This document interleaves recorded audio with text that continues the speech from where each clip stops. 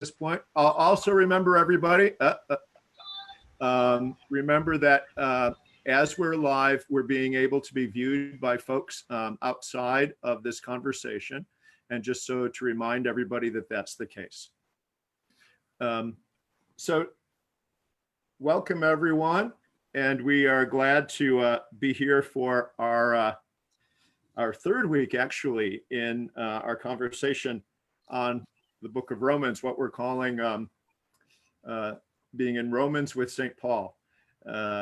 And so we have with us today our presenter, sort of the second part, maybe in some ways, of our presentation last week. So both because Brian and Sylvia are both authors of the book Romans Disarmed. And Sylvia, on the back of that book, we see that you received your DPhil from the University of Oxford. And I think you said last time that that was where you encountered Tom Wright, I believe. I think you said that as well. And then you're an adjunct professor of biblical studies at Trinity College and at Wycliffe College. And something very interesting, you're the biblical scholar in residence at St. James Anglican Church in Fenelon Falls, Ontario. And maybe you can tell us what it means to be a biblical scholar in residence at a parish church. It's not, I would love to have one of those. It sounds grander than it is. Biblical scholar in residence just means that I teach. I do sort of Bible teaching throughout the year that are short courses, 6-week courses open to the congregation. But Fenelon Falls is a very small town, like 2,000 people, but with 8 churches. And so people come from all of those churches actually to my Bible studies in Fenelon. And so this fall, actually, I'll be doing them online, I think. Probably I'll just offer those courses online. And it just means we're in a very rural area.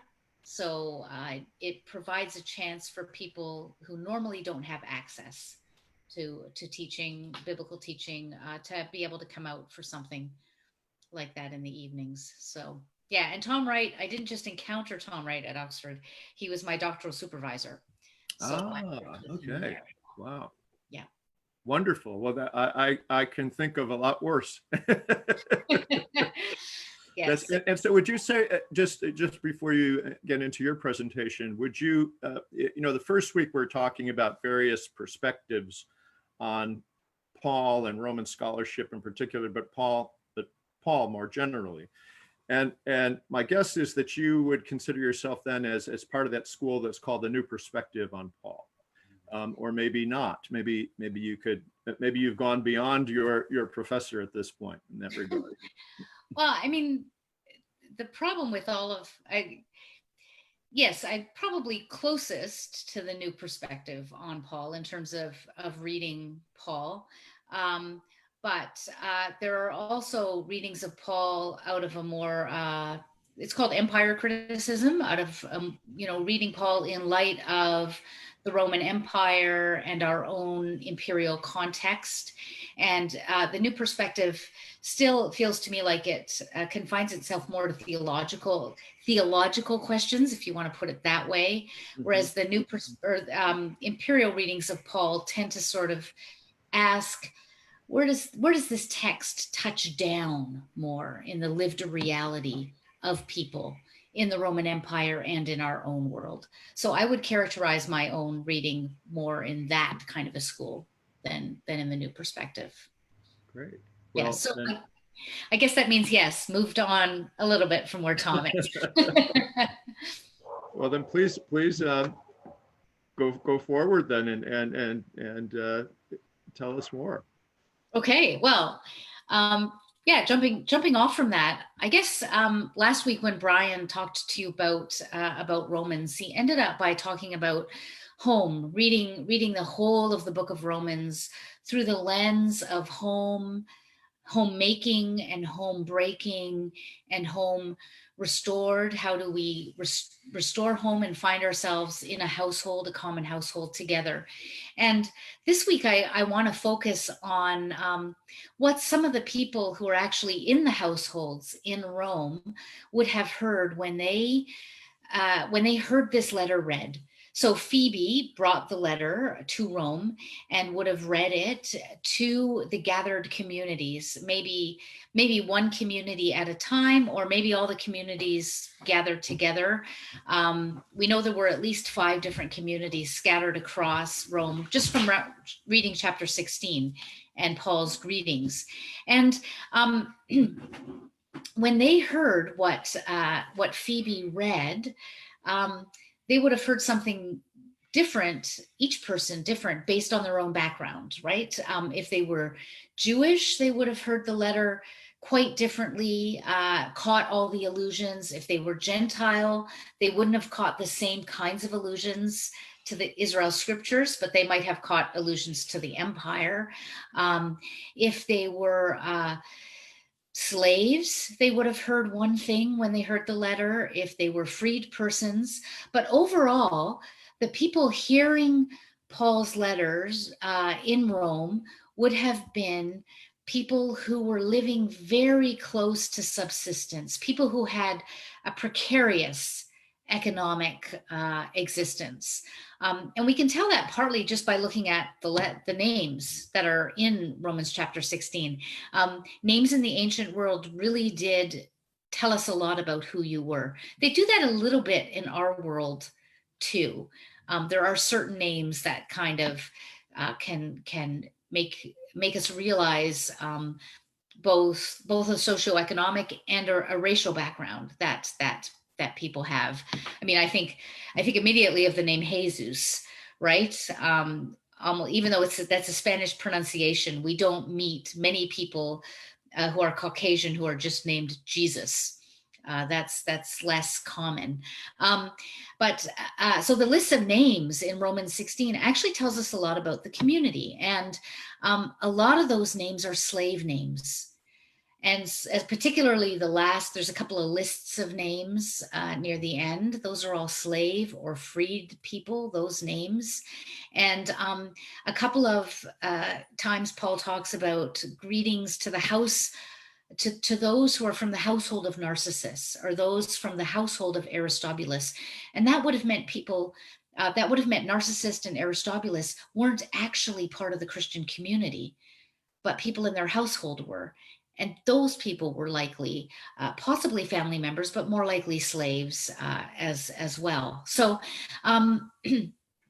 so we know that there were people, both freed people and slaves, and people at the lower end of the economic ladder in the ancient world. And Paul actually alludes to that when he talks about those who are suffering in the community. Some of that suffering would have been economic suffering for their Christian beliefs. People would have lost, could have lost clients, could have lost access to resources they need. So if you became a Christian and you borrowed, you used somebody else's kiln for your pottery or somebody else's oven for your baking, and that person thought it was dishonorable that you had become a Christian, you could lose access to your livelihood. So there were various economic repercussions just for becoming a Christian, in addition to the fact that the names we have of these people suggest they were at the lower end of the economic ladder. So, so when Paul, in his letter, begins to talk about justice, people would have heard something very specific. Now, you might ask, where does Paul actually talk about justice in Romans? And I'm going to say something about that. If you have a Bible in front of you, I don't know if any of you do, but if you do, and you want to turn to chapter 1, we're just going to look at kind of the programmatic statement Paul has right at the beginning of Romans, where he talks about the gospel. And this is Romans chapter 1, verse 16. And I'm reading from the New Revised Standard Version. And he says, "For I'm not ashamed of the gospel." And this is like the fourth time he's mentioned the word gospel. And gospel, as Brian pointed out last week, meant good news in the empire. And Paul has always qualified it until now. He has said the gospel of Christ, or the gospel of his son, or the gospel of God. But this time he just says gospel. "I'm not ashamed of the gospel. It is the power of God for salvation to everyone who has faith. the Jew first and also to the Greek, for in it the righteousness of God is revealed through faith for faith. As it is written, the one who is righteous will live by faith. Now, here's the thing. When we read that, we read, for in it the righteousness of God is revealed. And we have a certain kind of theological shape that we give to that word righteousness. But in the Greek, that word for righteousness is the word dikaiosune. And dikaiosune is the translation of two different Hebrew words, mishpat and tzedakah. And mishpat is the word for justice in the Old Testament. And tzedakah is the word for righteousness. So when Paul was reading the Old Testament, and he was reading the word dikaiosune, every time it occurred, it was translating, half the time at least, the word mishpat, justice. So when he uses the word righteousness here, I think we could very easily translate it as justice and have the sense of what Paul meant. So we could say in it, in the gospel, the justice of God is revealed through faith for faith. As it is written, the one who is just, the one who practices justice will live by faith. Or that could be by my faithfulness or by faithfulness. So suddenly we have a letter where Paul is saying that the gospel is about justice, God's justice. And the one who lives by the gospel is the one who lives in and out of justice. And then, so for those people hearing the letter, first of all, when they're hearing justice, and if they're slaves or they're freed persons or they're people who are hungry or people who don't have enough to wear, and we know these people existed because at the end of Romans 8, when Paul talks about what will separate us from the love of God, and he lists not hardship or distress or famine or nakedness, right? He's listing economic suffering. Those things won't separate us from God, he says, right? So we know people, there are people like that in the community. So when they hear talk of God's justice, they have experienced injustice. They know what it is to be hungry. They know what it is to have suffered at the hands of the economic systems of the empire. If they are slaves, they know what it is to have suffered at the hands of being conquered if they became slaves in war, or if they became slaves because they were in debt and had to become slaves to the person that they owed money to. They knew the injustice of the economic system. So this language would have had a very specific meaning. But Paul goes on, actually, in the next verse, verse 18, he says, "For the wrath of God is revealed from heaven against all ungodliness and wickedness." And that word in Greek for wickedness is actually adikia, which is, so dikia is the root for the word justice, and is the Greek no, right? No justice. Injustice is the word. So God's wrath is revealed against ungodliness and injustice of those who by their injustice suppress the truth. That has, in light of the news cycle lately, the injustice of those who suppress the truth has kind of eerie resonance for us, I think, in just listening to the kind of lies that are swirling in our culture around, in our political life and in our economic life about all kinds of things, right? That's what injustice does. It suppresses the truth, Paul says. And then he goes on. So not only does the gospel reveal God's righteousness, but the gospel also condemns injustice. And Paul goes on to talk about what that injustice looks like, right? He talks about idolatry. He talks about sexual violence. And then he actually, at the end of the passage, talks about economic violence and abuse. And we're usually in this bit of Romans 1 so focused on sex and sexuality that we actually miss the economic overtones of what Paul's talking about. So if you still have your Bible in front of you, he talks about a debased mind in verse 28. And what does that look like? People being filled with every kind, and again, we have that word wickedness, which is actually injustice in the Greek, and evil and covetousness, which can be translated as greed, and malice. They are full of envy, murder, strife, deceit, craftiness. They are gossips. And the word for gossips there is actually the sense of informers or whisperers, people who frame other people. If you know the story of Naboth's vineyard in the Old Testament, where Queen Jezebel has people lie about Naboth, that's the word here for gossips, right? Slanderers, God haters, insolent, haughty, boastful, inventors of evil, rebellious towards parents, foolish, faithless, heartless, ruthless. The first 9 of this list are all words that are used to describe violence towards the vulnerable in the Psalms of the Old Testament. All of them have to do with economic oppression in the context of Old Testament texts. And the next 3, the informers and slanderers and inventors of evil is another translation for that. That's the kind of deceit that makes economic oppression possible. That's what those refer to. The next 3 describe those who inhabit a superior socioeconomic status, right? The conceited, the arrogant, the boastful. I'm sure people can come to your mind here.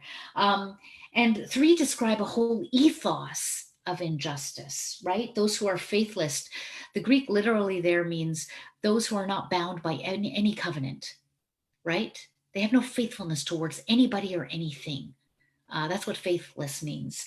Those who are heartless, those who are without mercy. The people hearing this, because they would have heard the letter, right? It would have been read out loud to them. The people hearing this would have heard a description of the predatory economy of the Roman Empire. That's what they would have heard in these verses at the beginning of Romans chapter 1. This is the kind of injustice that God condemns, right?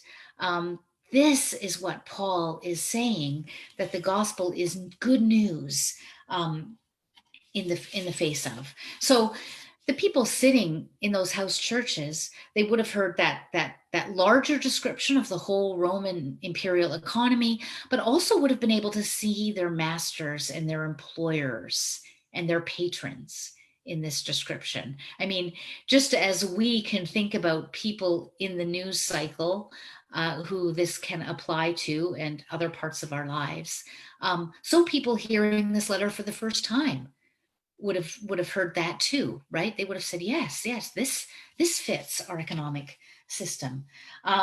So what does it look like when truth is imprisoned by injustice?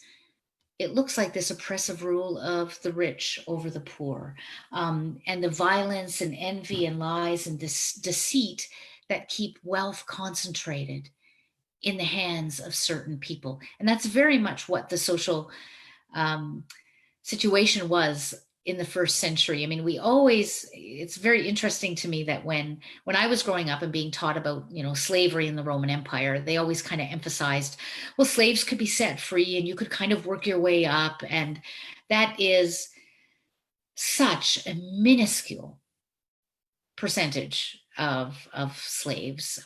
For most people, for 85% of the population, life was very, very difficult. Slavery was very violent. And so these words that was condemned would have been words of hope. So right at the beginning of the letter, it seems as though Paul is specifically talking about economic injustice when he's talking about what the gospel comes to face. And the other thing is that the other word for sin, so I think that's somebody else's computer, another way of talking about sin, hamartia, sin is missing the mark, that doesn't even occur until Romans chapter 3. Before that, Paul is talking about justice and injustice when he's talking. Now, it might look like he's just doing this overtly at the beginning of the letter, But Paul is also makes allusions to situations of justice and economic justice throughout the letter. So chapter 3, for instance, Paul has a whole bunch of allusions to a psalm, to a number of psalms.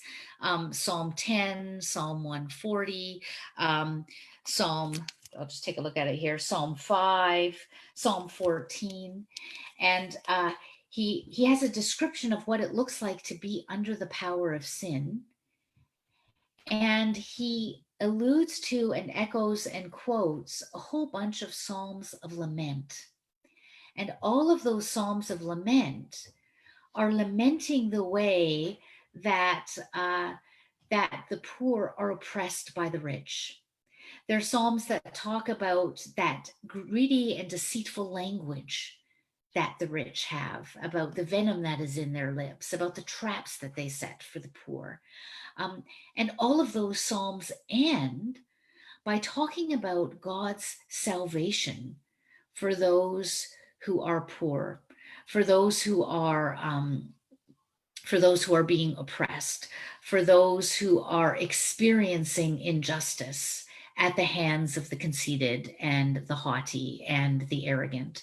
So for those who had ears to hear, they could hear that Paul was echoing these psalms of lament. So the Jewish listeners of the letter would have known that Paul not only sort of explicitly condemned economic injustice at the beginning of the letter, but that he is repeatedly alluding to psalms that condemn that injustice as the letter goes on. It's kind of like, it's kind of like if I were to say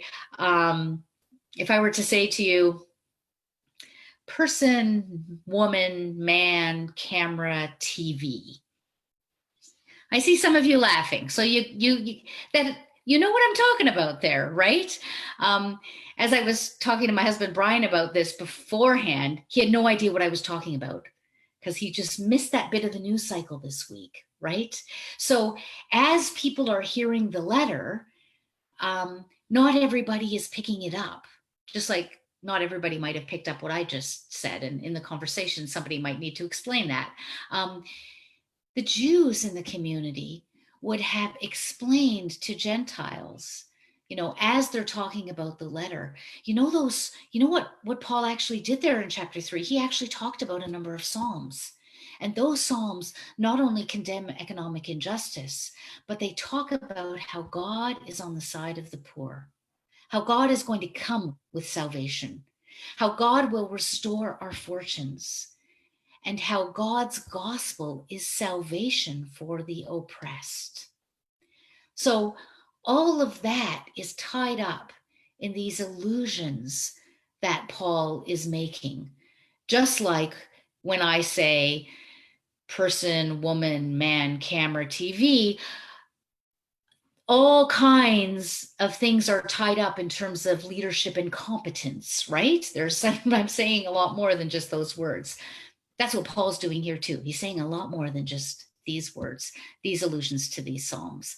So repeatedly throughout Romans, Paul is then alluding to economic injustice, but he's not just talking about injustice and economic injustice on a personal level, that some people are poor and some people are haughty, but he also is making allusions to the systemic nature of injustice.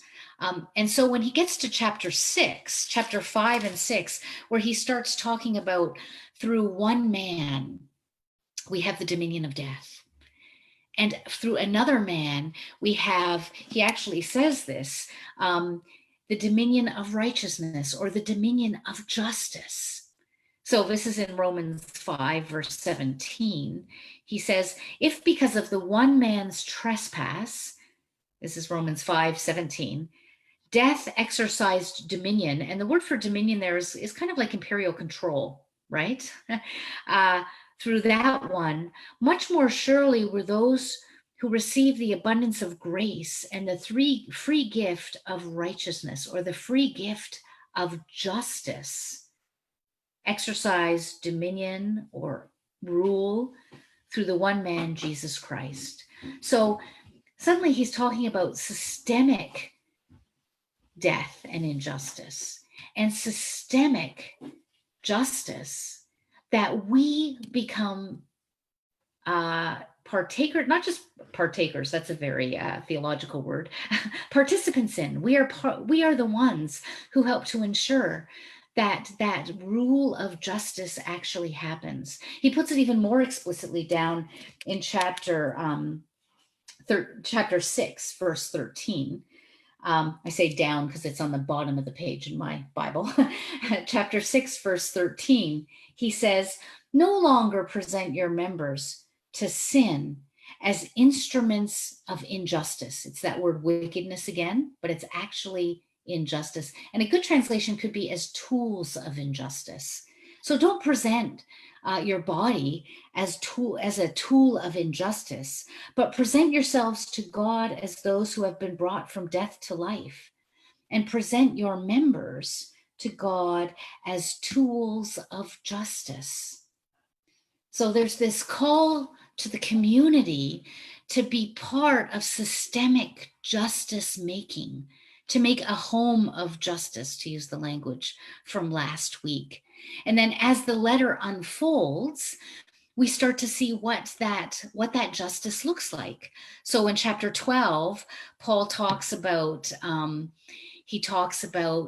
practicing a hospitality, and practicing particularly hospitality to strangers, which would have been very odd because households were in competition with each other in the ancient world. So practicing hospitalities to strangers was a risky thing. You practice hospitality to people who were of your own social class, who you could trust and who could reciprocate, who could do favors for you as you do favors to them. And he makes it even more radical when he says further on in chapter 12, if your enemy is hungry, feed them. And if they're thirsty, give them something to drink, which would have, who are your enemies in this community? Your enemies are probably people who have contributed to your own economic injustices, right? Something must have happened to you to make somebody an enemy. And the chapter also talks about persecution. What did persecution look like? It was largely economic. In terms of what other people can do. If you're not talking about the state, it's economic. And so what he's saying here is actually he's calling the community to practice a certain kind of economic grace, food and drink, to people who would have denied them food and drink, who would have made it economically impossible for them to have enough to eat and drink. So it's this incredible radical call to economic forgiveness, I think, and economic grace in a situation of incredible injustice. And ironically, that's what the justice of God looks like for Paul. The justice of God looks like forgiveness and compassion to the enemy, right? He makes that clear in that chapter, and that would have economic overtones as well. But I think it goes even further. In chapter 14 and 15, Paul spends a lot of time talking about food. And I'm not going to say too much about this because I know that in a couple of weeks, Michael Gorman's coming and he's got a lot of good stuff to say on this as well. But it seems to me, if in a letter where Paul is talking about how people eat and who is welcomed to a meal and who isn't welcomed, that has economic overtones. And it always would. And our translations, I think, kind of obscure this. So Romans 14, chapter 1 is actually usually translated, welcome the ones who are weak in faith. Whereas it could just as easily be translated, welcome in faith those who are weak, right? A faithful welcome is welcoming those who are weak. And often we interpret this passage as being about the weak and the strong, which is language that Paul uses in Corinthians. He doesn't use that language here. The word weak is used throughout the Gospels and in Paul, sometimes for those who are ill, but often for those who are poor.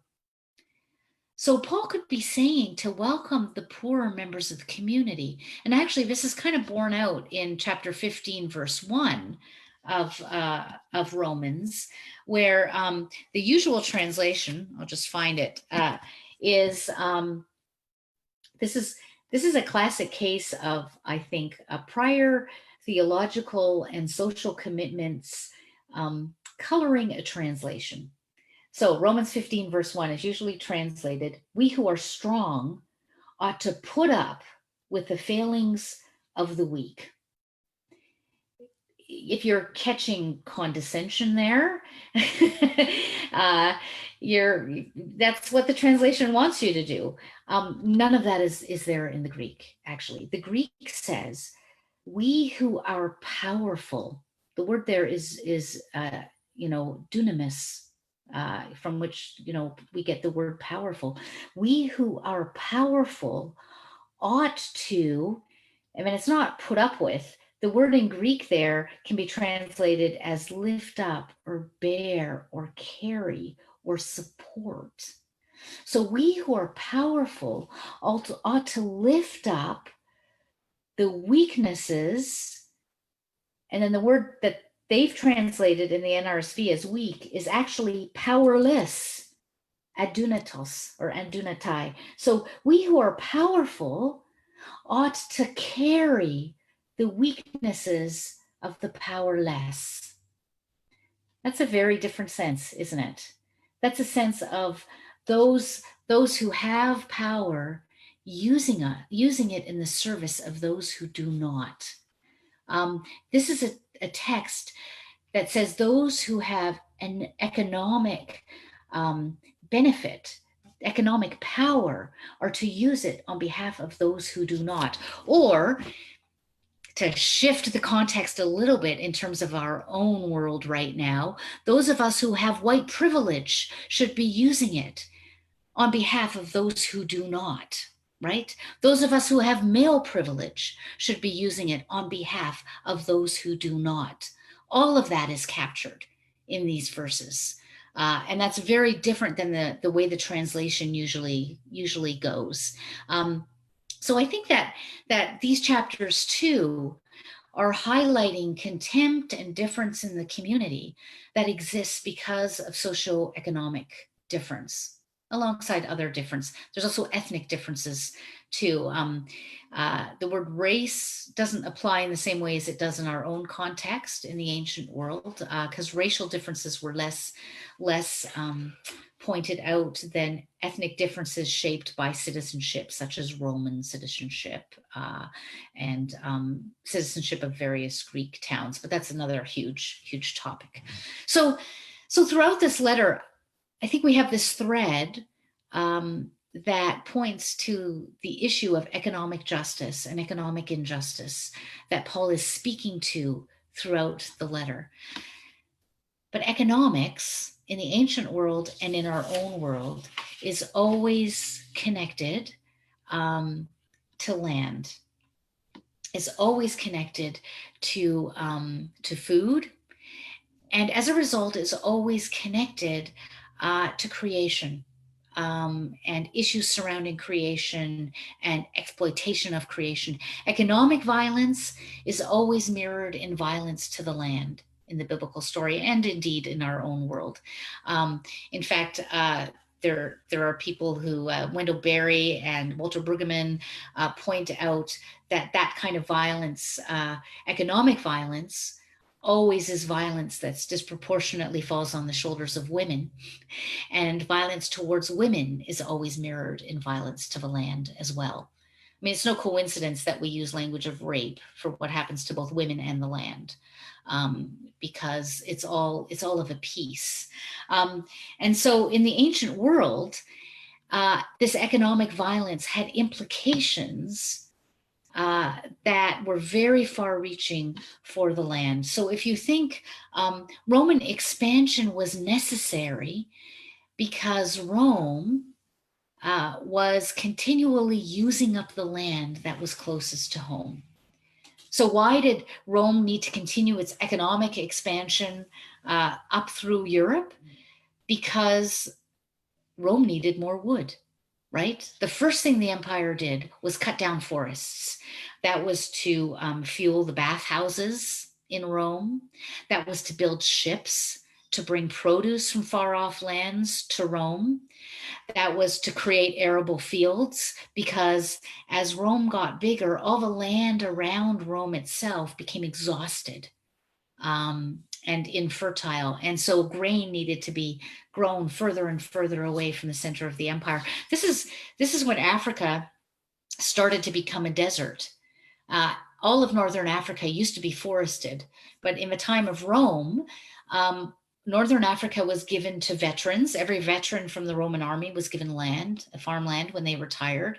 And northern Africa was given to a lot of these veterans, and they were contracted to grow grain for Rome, and so for the city of Rome. And so they cut down all the trees, and that's when Africa began its long journey to becoming desert land. But also Europe. Europe was where a lot of the mining happened. So Rome needed, I mean, imagine those armies. You need a lot of leather for all, for all the to hold all the bits of armor together. But also you needed leather for tents for all those soldiers, right? And so you need places to graze oxen. Wherever the army went, they took their own oxen with them. So they had their own leather supply. Cattle wasn't primarily for eating in the ancient world. It was for slaughtering for leather.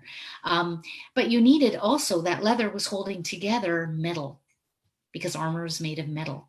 And so you need to mine that metal, and mines are built out of wood. They're shafts. Mine shafts are held up by wood. And then all the smelting needed wood.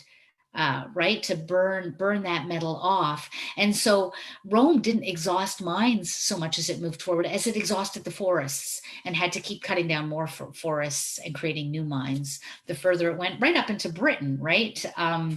That's as far as Rome took it at that point, because they needed metal, wood, and grain to be sent back, which is why one Roman leader, or one British leader, said that Rome makes a desolation and they call it peace, right? We're bringing the Pax Romana and we're going to wipe out your whole ecosystem, is how we do it. And incidentally, we're going to bring our whole culture and wipe out all your indigenous traditions and language as well. All of that was part of Roman peace. So, and the other thing is, of course, you've probably heard about the Gladiatorial Games. This is when animals started to become extinct in Europe, because hundreds and hundreds of animals were killed all over the empire every week in the Gladiatorial Games. And just all the exotic animals they could bring in, they did, and they started to deplete them and wipe them out. Which is why it's not surprising, if Paul has economic injustice in his sights, it's not surprising that eventually his mind turns to the way that these economic practices destroyed the land. Don't forget, Paul had spent time in Judea, in Palestine. He had seen what Roman armies did to farmland. He had seen what they did to the land of his people. And he traveled roads from big city to big city, right? He purposefully walked from place to place. That's how he got to all these cities. And as he walked, he saw, Roman roads were 12 feet wide and about 8 feet deep, and each one was a carefully constructed environmental disaster. Those roads were incredibly straight because they took out everything in their way. They went through streams, they caused erosion, they caused floods, because they paid no attention to the topography. They were straight, those roads. Paul saw this as he traveled. So in Romans 8, when Paul starts talking about suffering, it's no surprise that his mind turns to the suffering of creation. You might remember in Romans 8, Paul's talking about the glory that will be revealed to us one day, provided that we suffer with Jesus. And then his mind turns to the suffering of creation. And he talks about creation waiting with eager expectation from being to be set free from its bondage to decay. And he talks about creation groaning as it waits for the freedom of the glory of the children of God. Earlier, he has said creation is waiting for the revealing of the children of God. And that's very interesting to me. So why would creation be waiting for the children of God to be revealed? Why would that matter to creation? Well, I think it's because when we're living into our calling as the real children of God, we will be living into our calling to be the servants of creation. That's what we're called to do in Genesis chapter 1, right? Those verses that say we're called to tend and keep is the usual translation, can also be translated as to serve and observe creation. So if we're actually serving and observing creation, then creation is set free. Then creation isn't groaning anymore. So it's interesting to me that Paul, when he begins talking about groaning, and it's the groaning of birth pangs. It's the same word that's used in Genesis chapter 3 about the groaning that Eve will experience in giving birth. Creation suffering under that curse. And then Paul goes on to say, after saying that we're groaning in creation, Paul goes on to say that, after saying creation is groaning, Paul goes on to say that those of us who have the first fruits of the Spirit, we too groan as we wait for the redemption of our bodies, as we wait for resurrection. But then he also goes on to say that the creation joins us with the Spirit. Luckily, Brian's sitting over here correcting my mistakes. The Spirit joins us with wordless groans. I think the NRSV might have wordless sighs, but it's the same word. The Spirit is also groaning with creation and groaning with us.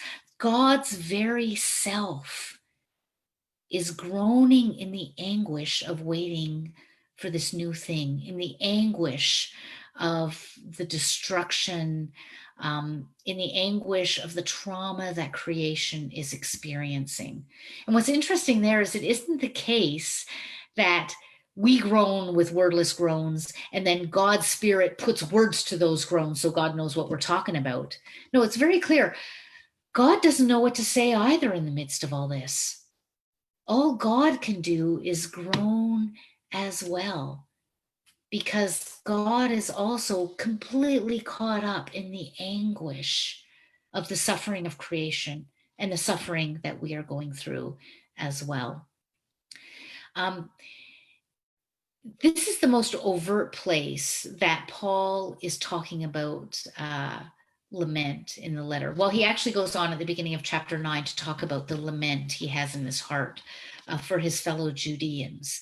But this is where Paul kind of brings to expression the lament of creation, the lament of humanity, and the lament of God in the face of injustice, in the face of sin.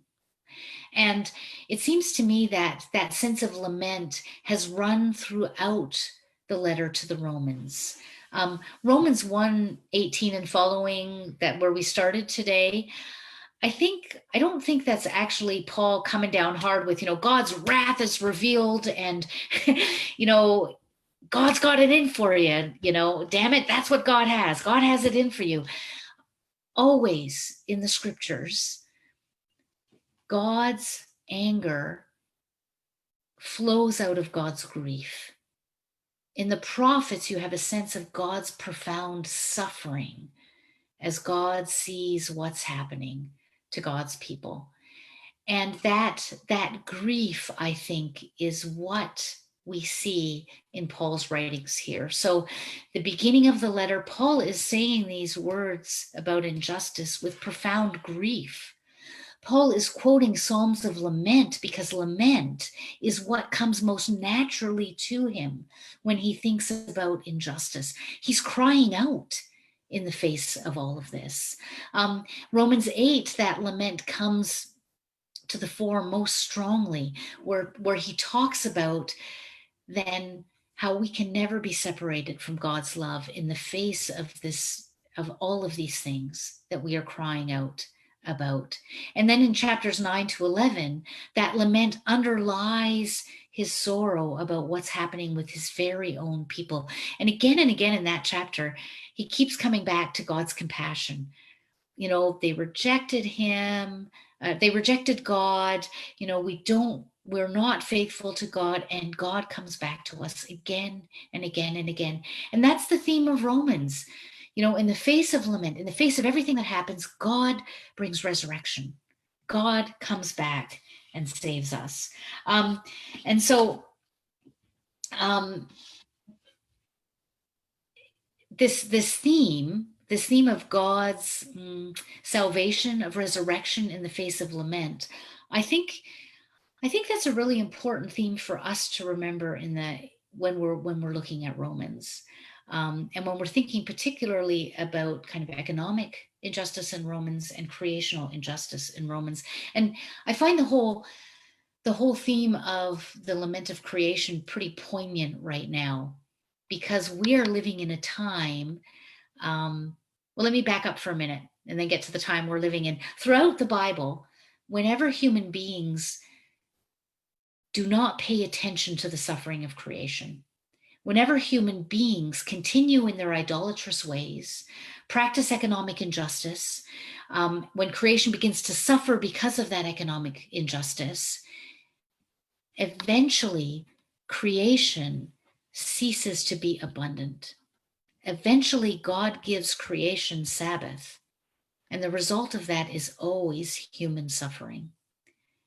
And we seem to be experiencing that in a really pointed way right now, right? I mean, a very, very tiny part of creation is wreaking havoc on the world right now. And there's considerable evidence to suggest that it is because of environmental destruction that a virus like this has been able to invade the human species so easily, right? Creation, and then ironically, creation is having a Sabbath. Pollution levels are down, or have been, you know. Wildlife is invading cities, is coming back to our, you know, to our parks, our national parks. Creation is having this Sabbath moment while human beings suffer.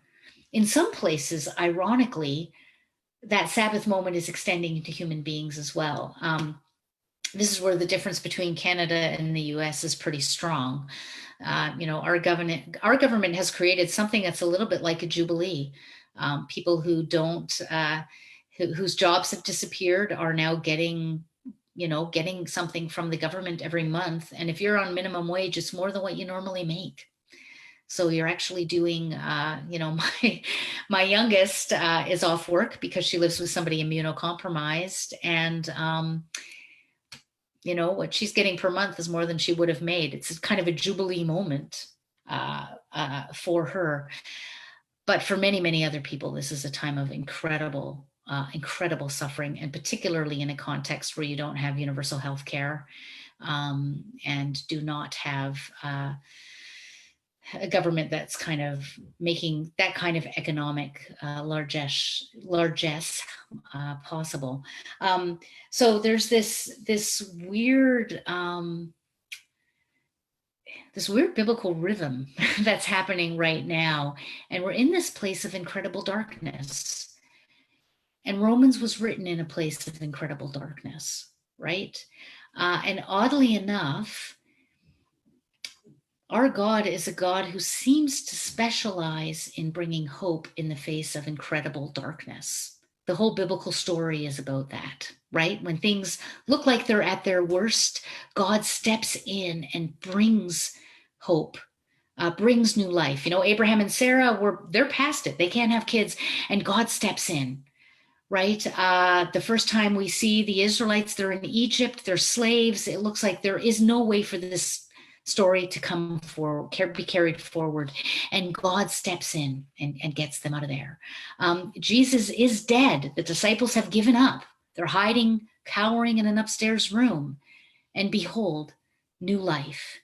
And the end of Romans 8, in the face of famine and nakedness and sword and suffering and distress, in the face of, anything that life or death or powers can throw at us, God's love goes all the way down and remains stable and secure underneath all of that. And that's something that Paul comes back to again and again in this letter. So I think I'll wrap it up there.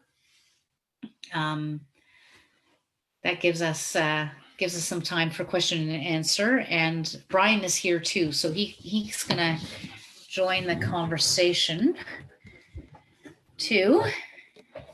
So I crammed a lot of stuff in there. So I don't know if people have questions. Victor, could you maybe unpin me so that I can just get gallery view? That way, if I have, I can see people who are speaking myself. That's good. So, any questions, comments, discussion? So I had a question, Sylvia. So this is Eric. So thank you so much for joining us, by the way. Really appreciated your talk this morning. It seems like we have an English translation that supports an individualized imperial capitalist reading of Romans. Do we need a new English translation?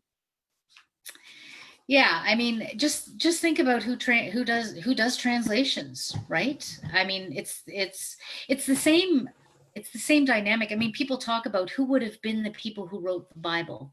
It would have been people who were elite, because those were the only ones who had access, who learned about writing.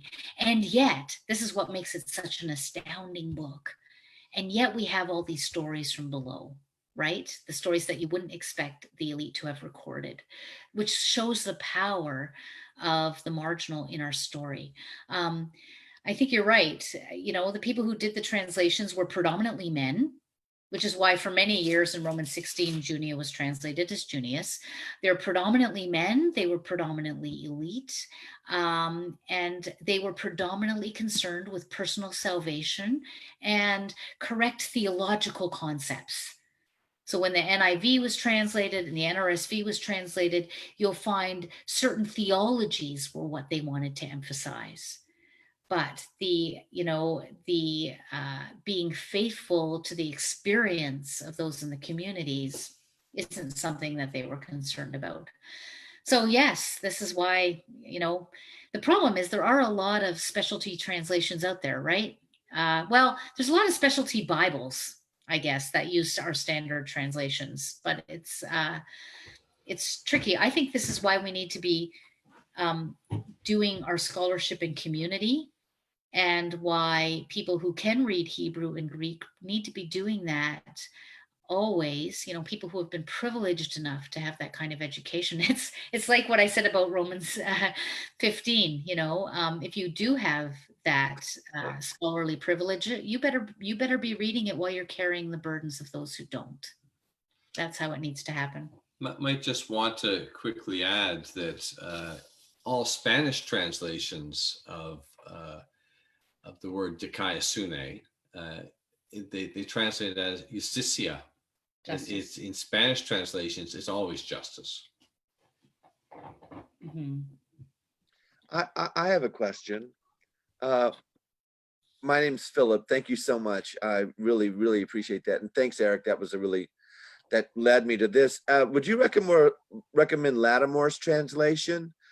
He does it from the Koine Greek, and I think David Bentley Hart has also done the New Testament from the most ancient sources of Greek. Because I got to tell you, first of all, thank you so much.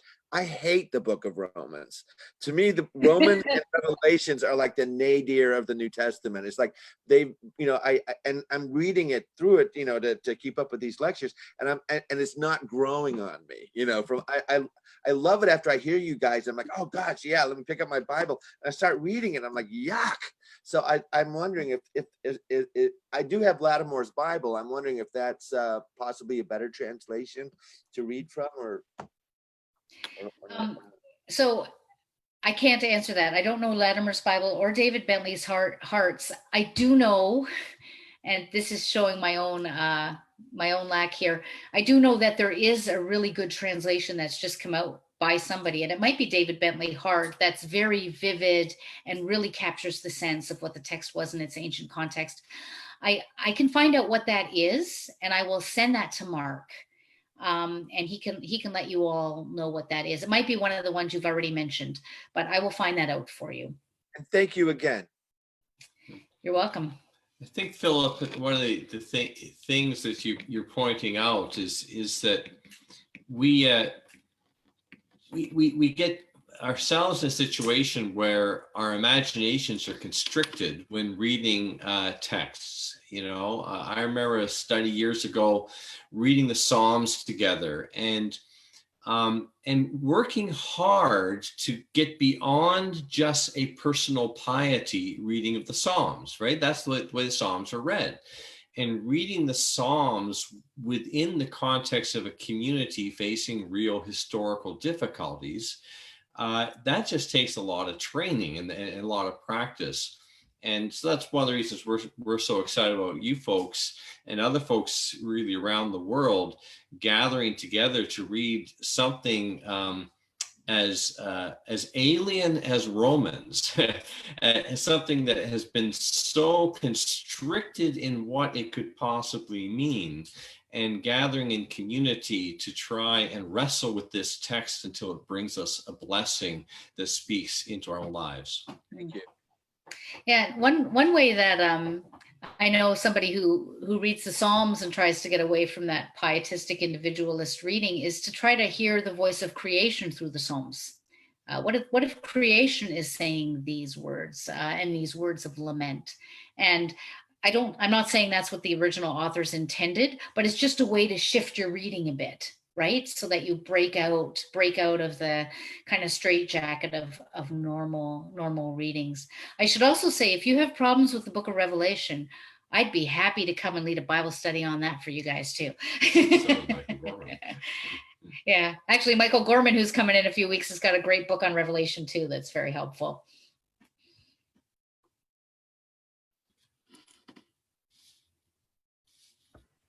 Speaking of the book of Revelation, Sylvia, this is Mark. The 18th chapter of Revelation is one that always I find frightening, not because of some sort of woo-woo Hal Lindsey approach, but the 18th chapter of Revelation really speaks about Babylon, that beautiful city, and all the goodies that she provided for us has fallen. And where are we going to get our goodies anymore? So in light of what you've been saying about environmental degradation, economic implosion, maybe we could even say, I mean, in looking at both what you've been doing with Romans and also sort of the inevitable outcome of imperial excess is the 18th chapter of Revelation, I think. And what do you, can you talk about that a little bit in a way that's not only sort of devastating and fear making, but hopeful? I guess there's Revelation 19 too, but. Yeah. Well, I mean, yeah. So, I mean, it's really interesting to think about this. John was exiled on the Isle of Patmos. And from the Isle of Patmos, it was right next to the shipping lanes. He was seeing all the ships coming to Rome from all over the world. That those Roman roads were partly designed so that goods could travel easily to Rome. All roads lead to Rome because all stuff goes to Rome eventually. But mostly those roads were created so that the soldiers could get out easily, right? So they could go to outlying areas. But most of the goods that came to Rome from other parts of the world came via ship. And some ancient authors talk about this. They talk about the wood from Africa and the spices from Arabia and the exotic animals from Africa and from the Far East. And one ancient author actually says, you would think that there is no fruit left anywhere in Arabia because all of it has come to Rome.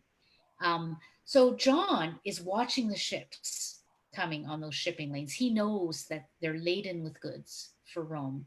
And when he lists in Romans 18, all the things, all these goods, Revelation 18, that are being mourned, gold, silver, jewels, pearls, fine linen, purple was the imperial color, silk, scarlet, scented wood, ivory, costly wood, bronze, iron, marble, cinnamon, spice, incense, myrrh, frankincense, wine, olive oil, choice flour, not barley flour, but choice flour, and wheat, cattle and sheep, horses and chariots, slaves and human lives, right? It sounds like a great list until you get to the end. All of this depends on the sacrifice of human lives and slave labor.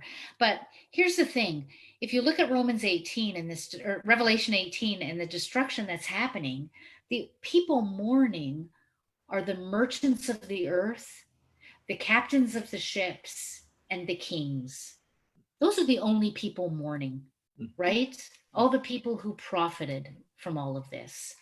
The people who are actually rejoicing, the great multitude in heaven, all of those who have been oppressed by the empire, who have been killed by the empire, all the martyrs, they're all saying, hallelujah, salvation has come, right? The flip side, in the biblical story, the flip side of judgment is always salvation.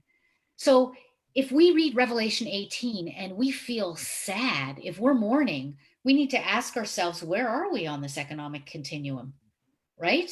If we're the ones mourning, then maybe we're the ones who are benefiting from all the injustice, environmental destruction that's necessary to live high off the hog, to use an old-fashioned phrase, to have this great standard of living. For those who are being exploited for this great standard of living, this judgment is great news because it's salvation. It means finally their oppressors are getting their comeuppance for once. So I find reading these chapters very sobering, actually, because there's this Pablo Richard, who is a Latin American theologian, tells these two stories about, the revolution comes and everybody has rice and beans. And he tells the story of two women. And one woman is saying, every day we have rice and beans. It is so wonderful. There's rice and beans every single day. We can hardly believe our abundance. And the other woman saying, every damn day it's rice and beans again. I can't believe it. Again, rice and beans. I'm so sick of rice and beans, right? It all depends on where your economic perspective is as to whether this is good news or not. So, I think reading Revelation 18 tells us a lot about who we are and where we stand in our perspective. And just a couple of comments to add into that. The flip side of creational groaning is creational rejoicing. And here's a very interesting thing. Whenever in the Psalms, we meet the trees singing praise or clapping their hands, we meet that kind of language. Every time trees are singing praise, it's in response to God's judgment on humans in history. That bad news for Babylon is good news for the creation all around Babylon. The second thing I want to say, which I think we would already anticipate, is that when I'm reading Revelation 18, I'm always keeping in mind that Revelation 21 is coming. The fall of Babylon is paralleled in the coming of the New Jerusalem, the new city. And at the end of Revelation 18, we have this repetition of the word no more. You know, Babylon will be no more. The sound of music will be no more. The sound of artisans will be no more. The sound of the millstone of industry will be no more. The erotic giggle of married couples will be no more. And then I have my finger in Isaiah 65 about the New Jerusalem there. And there we also meet no more. No more shall there be in it an infant that doesn't live out its life. No more will people expropriate other people's lands. No more will there be food insecurity. No more will there be oppression and injustice. And these no mores function in a beautiful tension with one another. So I always keep my finger in Isaiah 65 when I'm reading Revelation 18. But I also think that a theology of the city, and I've taught a couple of courses on theology of the city, and I ran a whole created a lectionary on the city one year for our community. And we began in Revelation 18. We began with the bad news for the city, and then moved to the themes of the redemption of the city. Because I think we need to begin with our eyes wide open. May I just ask one more question before others can? Last week I raised a question about the personalist reading, right, which really has its roots in the social context of the Protestant Reformation, right? And the polemic against Roman Catholicism in the Reformation, and that's really how much of our reading of Romans still comes out of that context. Could you maybe, and Sylvia, you were suggesting that Brian might have a good answer for this question. How do you think that we can still keep that sense of a personal understanding, not a private, but a personal understanding of salvation or redemption or new life? I think you can, based on what you've been talking about. But how do we make this not just political, but to engage people in what I call the uprising, right? In the anastasis. How do we engage people with the personal experience of faith, which I think is the brilliance of evangelicalism at its best, but to engage that in this broader context of the uprising of the new creation. Do you have any words for that? Well, that's a really interesting way to put the question. That's a great way to put the question. The thing is that what's wrong with the Roman road approach to reading Romans is, of course, it's individualism, and that it is apolitical. But the political is always personal, and living in creation is always personal.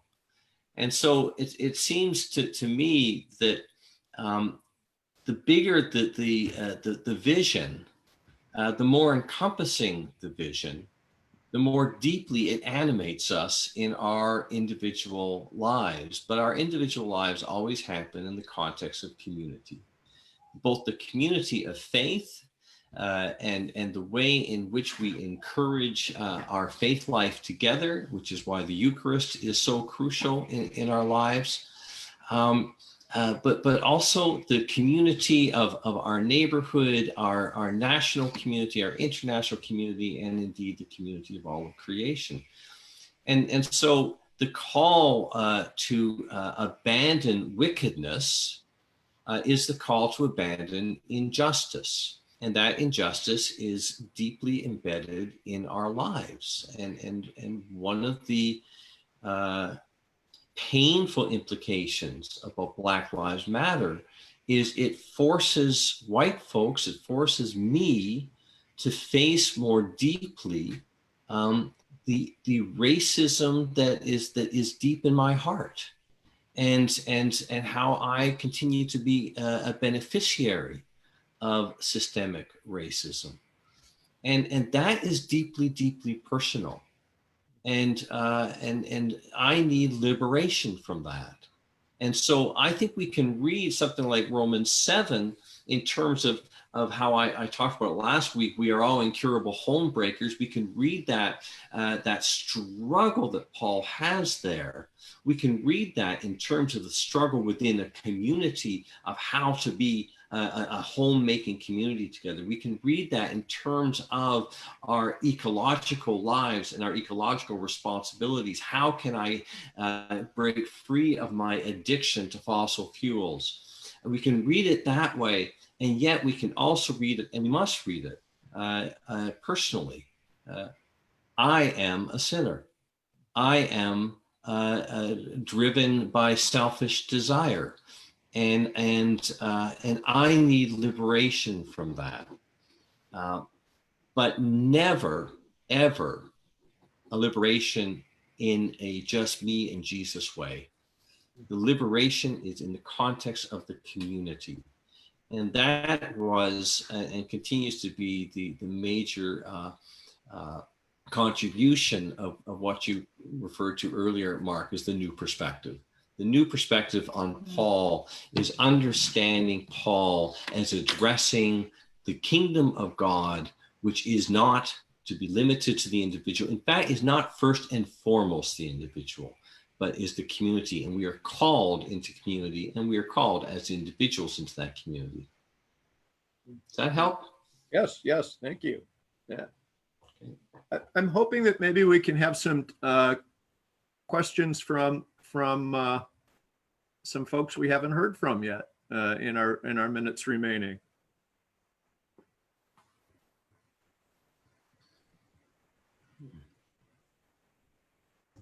This is Mary. Hi, Mary. Could you just, this is not a question, at least not yet. Who was the theologian that you mentioned?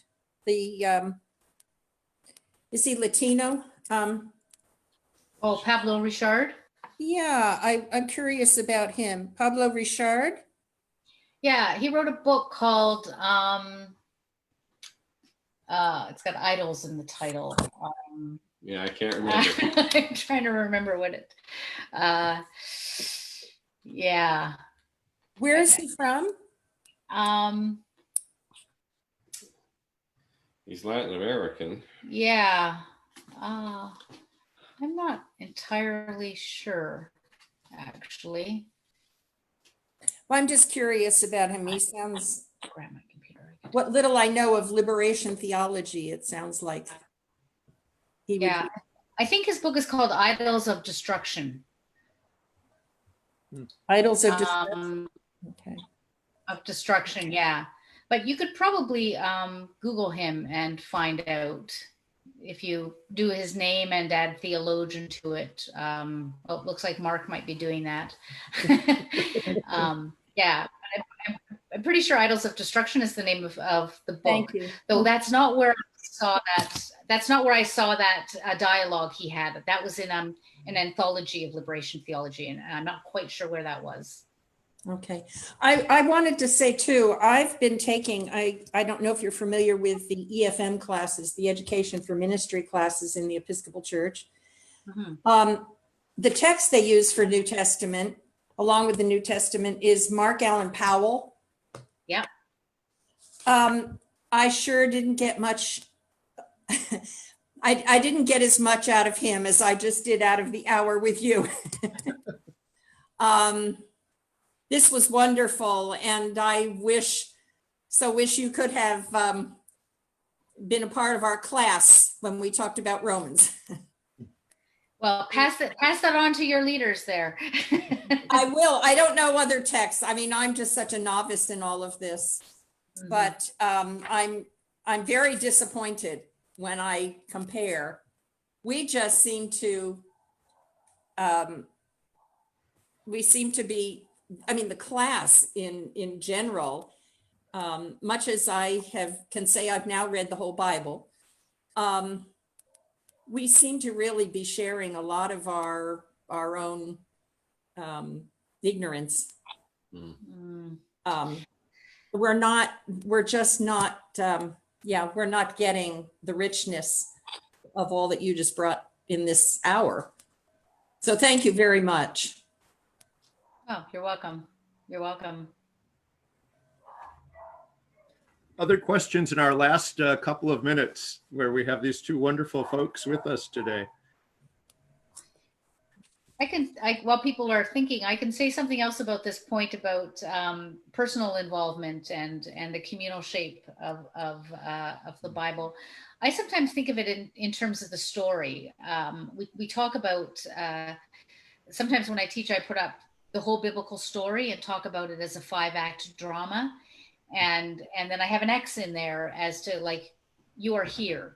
We live in the middle of a story, and we need to be faithful to what came before in that story, and we have to be innovative in thinking about what it is to be faithful to that story in our own context, right? Because things have changed in where we live, and whenever I'm thinking about that, and that language of story and the question of whether we want to be part of that story, because that's a decision we have to make. Is this the story we want to be?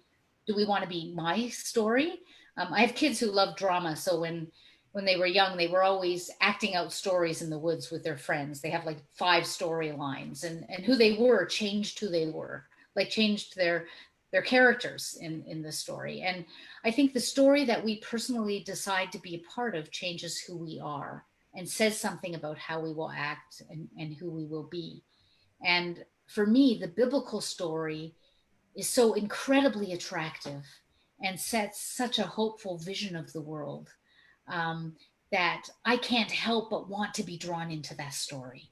That's the personal part of this for me. There's all kinds of intellectual reasons why I think this is a great story, but at its deepest level, it speaks to something deep within me about who God is and what the world can be. And so, deep within me, there's this sense of, yes, I want to be part of this story. And that's what I think the personal yes is. That's what I think the moment of conversion is for the individual in thinking in the Bible and Christian faith. This is Martha Watson. I'm sorry you can't see me. I have a new monitor, so let it be. But what I appreciate you saying on some level, the whole issue of this individual experience in the context of what is going on in the community. And I'm a strong believer there has to be that individual conviction, but I think if we spend our time only thinking about the impact on self individually, we miss the context of the community. And your analogy of the beans and rice, I think, laid it out really clearly, that there is something we have to give up, and acknowledging that. And that is very, very difficult. That's when we stop being intellectual about it and really deal with it on an affective level. And that will bring about change. That's right. Yeah.